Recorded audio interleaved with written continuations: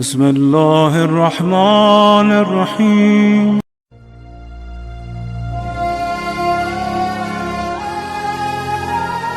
روح کو کس چیز کی ضرورت ہے؟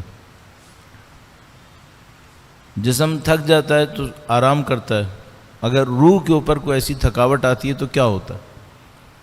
مثلا ممکن ہے آپ کہیں کہ بھئی یہ شاعرانہ استعارے ہیں، روح کیسے تھکتی ہے؟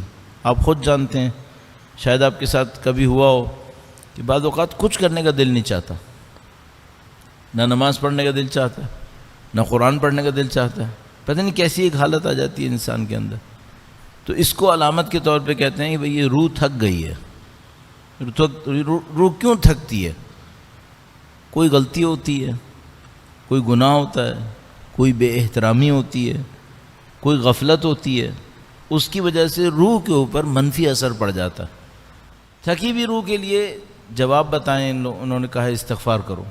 جب بھی آپ اپنے اندر اس کا جذبہ نہیں دیکھ رہے کہ عبادت کرنی ہے، استغفار کرو، اس کا مطلب ہے کوئی غلطی ہو گئی ہے۔ استغفار کی بہت اہمیت ہے۔ دوسری ایک اور بڑی عجیب بات کہی ہے، وہ یہ کہا ہے کہ حکمت کی باتیں پڑھو، حکمت کی باتیں پڑھو۔ کیوں؟ بعض اوقات روح گناہ سے نہیں تھکتی، بعض اوقات روح کم اہمیت کی باتیں سن سن کے تھک جاتی ہے۔ آپ بازار میں بیٹھے ہیں، صبح سے شام تک بازار کی باتیں سنی ہیں، کوئی بڑی بات حکمت کی سنی ہے؟ کوئی روایت، کوئی آیت، کچھ نہیں۔ کان میں جو پڑ رہا ہے وہ کرنسی اور پتہ نہیں لوہا اور پتھر اور یہ اور وہ۔ تھوڑا سا وقت نکالو، 2 منٹ 5 منٹ 10 منٹ قرآن کریم پڑھ لو، کوئی روایت پڑھ لو، کوئی آیت پڑھ لو، تاکہ تھوڑا سا دماغ کو سکون آ جائے۔ جس چیز کے لیے خلق ہوا ہے وہ اسے دے دو۔ بالکل ایسے ہی جیسے یہ میڈیکل والے کہتے ہیں نا کہ بھئی اگر آپ صبح سے شام تک ڈیسک کے اوپر بیٹھے ہوئے ہیں، کرسی پہ بیٹھے ہوئے ہیں، تو ہر 2 گھنٹے کے بعد ایک واک کر لیا کریں، تھوڑا سا پانی پینے کے لیے خود چلے جایا کریں، تاکہ آپ تھوڑا سا واک کر لیا کریں، تاکہ آپ کی کمر میں درد نہ ہو، آپ کا وزن نہ بڑھے، یہ نہ ہو وہ نہ ہو۔ تو بھئی روح بھی ایسے ہی ہے، اس کو کچھ نہ کچھ تازگی چاہیے۔ تو ایک استغفار کر لے انسان، اور تھوڑا سا قرآن کریم سے انس حاصل کرنے کی کوشش کرے۔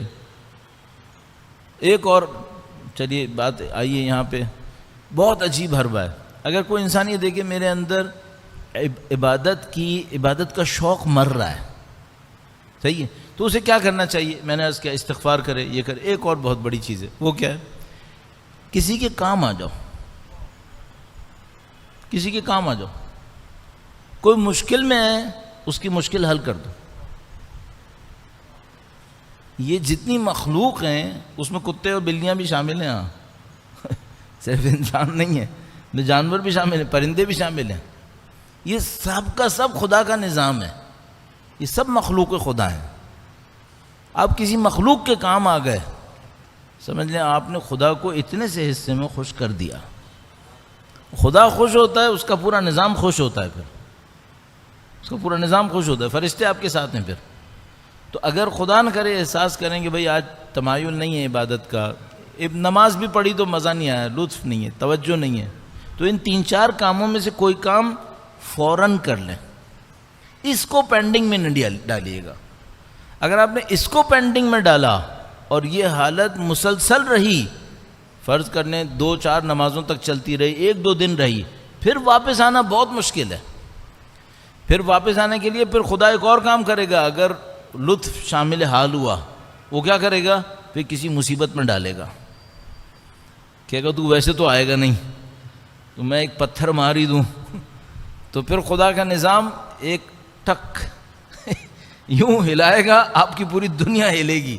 پھر آپ کو یاد آئے گا کہ نہیں میں خدا کا بندہ ہوں، مجھے خدا کی طرف آنا چاہیے۔ تو بندے خدا یہ جھٹکا مارنا ضروری ہے کہ کوئی جھٹکا مارے؟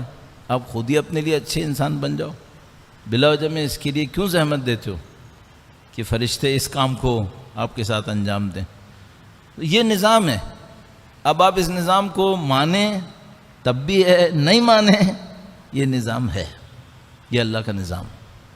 تو اس کے ساتھ موافق ہو جائیں، آپ کی زندگی آسان ہے، موافق ہو جائیں۔